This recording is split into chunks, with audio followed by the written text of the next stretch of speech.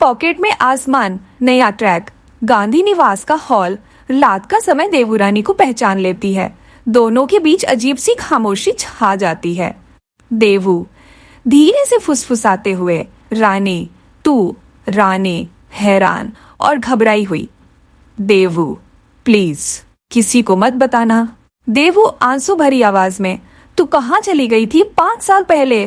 तुझे पता है दिग्विजय ने कैसे दिन काटे हैं? रानी दबड़ाई आंखों से, मजबूरी थी देवू। मेरी बेटी की जिंदगी दांव पर है। ध्वनि की आंखों की सर्जरी होनी है, नहीं तो वो हमेशा के लिए।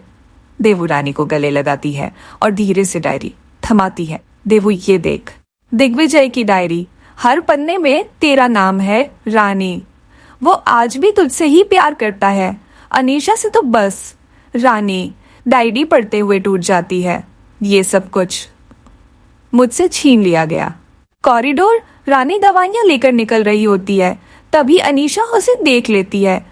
अनीशा चौंक कर, तुम यहाँ क्या कर रही हो? रानी जल्दी से बहाना बनाते हुए, वो मैं बस किसी रिश्तेदार को देखने आई थी। अनीशा शक भरे लहजे में, सच या फिर कोई और प्लान है? फोन निकालती है और अपनी माँ को कॉल करती है। अनीशा फोन पर, माँ रानी लौट आई है। अगर दिग्विजय को सब पता चल गया तो मैं उसे खो दूंगी। हमें वही करना होगा जो हमने 5 साल पहले किया था। यह सुनकर रानी के पैरों तले जमीन खिसक जाती है। फ्लैशबैक शुरू होता है।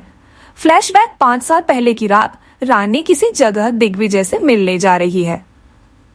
तभी किसी ने उसे पीछे से धक्का दिया। गाड़ी की टक्कर, सब अंधेरा।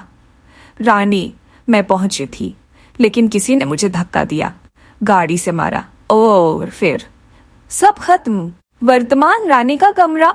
रानी कांपती हुई बैठी है। तभी फोन बजता है। अनजान नंबर, खौफनाक आवाज। फोन पर, अगर मुंह खोला तो तेरी बेटी की रोशनी ही नहीं, जिंदगी भी छीन लेंगे।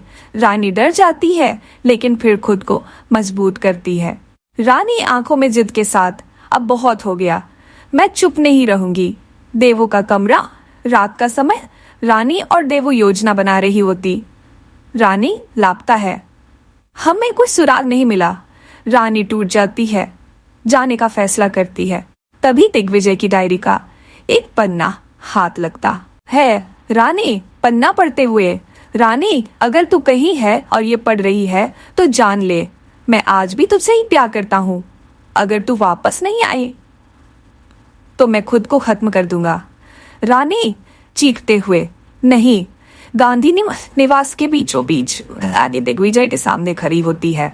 रानी आवाज में तूफान, मैं रानी हूँ और मुझे 5 साल पहले मारा गया था, लेकिन अब मैं मरने नहीं आई, मैं सच्चाई की चिता जलाने आई हूँ। सभी हैरान।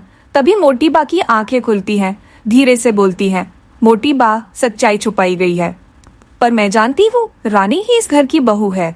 डॉक्टर बताते हैं मोटी बा को झटका दिया गया था। अंतिम संवाद, रानी खुद से, रानी मन ही मन, अब ये जंग सिर्फ मेरी नहीं, ये जंग है मोहब्बत की, इंसाफ की और एक माँ के मातृत्व की।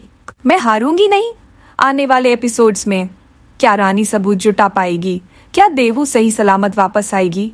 क्या अनीशा का राज खुलेगा? और क्या रानी और दिग्विजय मिल पाएंगे? देखते रहिए पॉकेट में आसमान, क्योंकि अब कहानी नहीं, किस्मत बदलने वाली है।